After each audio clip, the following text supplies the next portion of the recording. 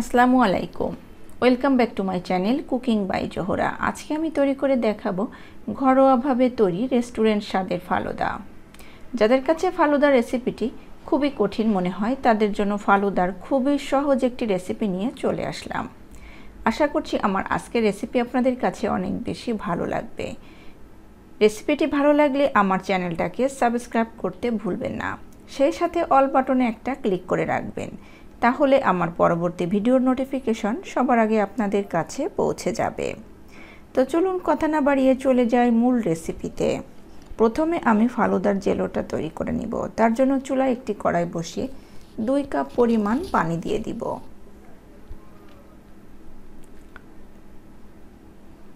এই পর্যায়ে চুলাটা জ্বালিয়ে দেওয়া যাবে না। পানির মধ্যে দিয়ে দিব হাফ কাপ চিনি,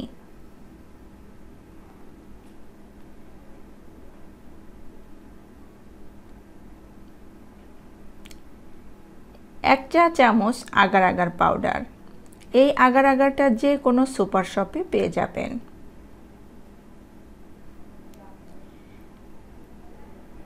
এরপর নর্মাল পানির সাথে চিনি এবং আগার আগারটাকে ভালোভাবে মিশিয়ে নিব।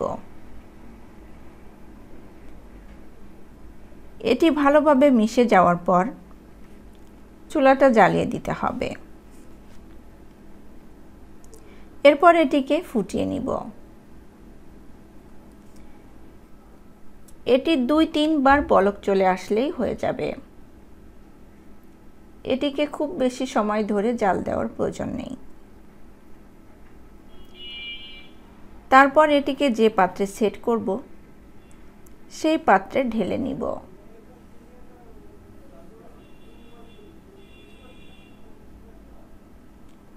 দেখুন, এভাবে করে কয়েকটি পাত্রে ঢেলে নিতে হবে। এরপর সবগুলোর মধ্যে ভ্যানিলা এসেন্স মিশিয়ে দিব, তাহলে সুন্দর একটি ফ্লেভার বের হবে।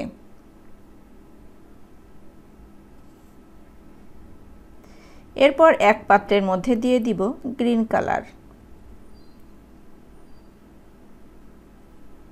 এটি 1 চা চামচ দিলেই হয়ে যাবে। এরপর ভালোভাবে মিশিয়ে নিব। আরেকটির মধ্যে দিয়ে দিব 1 চা চামচ রেড ফুড কালার। এটিকেও মিশিয়ে নিব। আরেকটির মধ্যে দিয়ে দিব অরেঞ্জ ফুড কালার। সেটিকেও ভালোভাবে মিশিয়ে নিব। এরপর এগুলোকে পুরোপুরি ঠান্ডা করে নিব। তার জন্য কিছু সময় রেস্টে রেখে দিব। তারপর ফালুদাটা তৈরি করে নিব। তার জন্য একটি পাত্রে দিয়ে দিব 1 লিটার লিকুইড দুধ। এই দুধটা আগে থেকে ঘন করে জাল করা।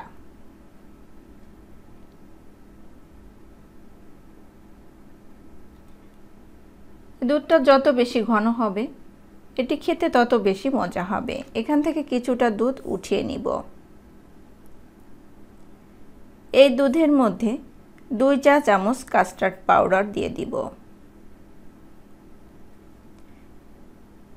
তারপর একটু গুলিয়ে নিব। এরপর এটিকে দুধের মধ্যে দিয়ে মিশিয়ে নিব।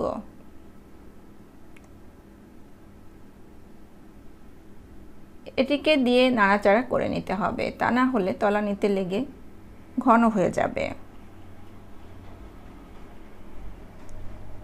তারপর কিছুক্ষণ জাল করব। তার মধ্যে দিয়ে দিব হাফ কাপ চিনি। চিনিটা দিয়েও আরও কিছুক্ষণ জাল করব এবং মিশিয়ে নিব। এটি খুব বেশি ঘন বা খুব বেশি পাতলা হবে না, মিডিয়াম ঘনত্বের হবে। এরপর চুলা থেকে নামিয়ে ঠান্ডা করে নিব। তারপর নর্মাল ফ্রিজে 1 ঘন্টার জন্য রেখে দিব। এটি ঠান্ডা হলে আরও একটু ঘন হয়ে যাবে। এরপর দেখুন, যে জেলোটি তৈরি করেছিলাম সেটি পুরোপুরি ঠান্ডা হয়ে গিয়েছে। এটিকে ছোট ছোট করে কেটে নিব। দেখুন কি সুন্দর সেট হয়ে গিয়েছে।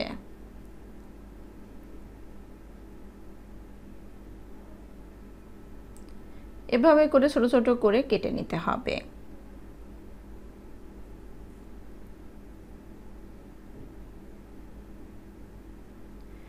সেম ভাবে সবগুলোকে কেটে নিব।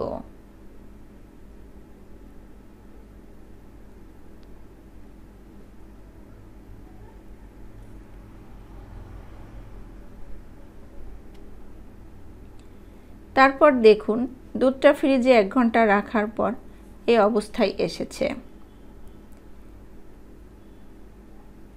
এর মধ্যে দিয়ে দিব আগে থেকে সিদ্ধ করে রাখা সাবুদানা। আমি এখানে সাবুদানাটা সিদ্ধ করে ঠান্ডা পানি দিয়ে ধুয়ে পানি ঝরিয়ে নিয়েছি।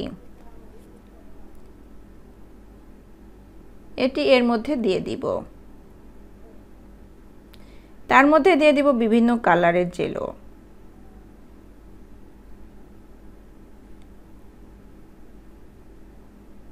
এরপর সব কিছু একটু মিশিয়ে নিব।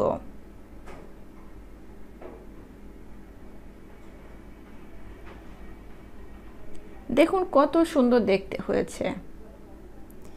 তারপর এটিকে সার্ভ করব।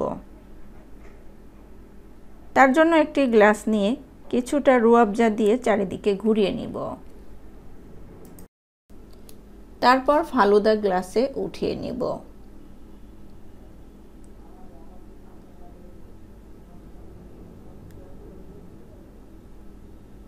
এভাবে করে উঠিয়ে তার মধ্যে দিয়ে দিব কাপ আইসক্রিম। এখানে আপনারা চাইলে যে কোনো ফ্লেভারের আইসক্রিম অ্যাড করতে পারেন।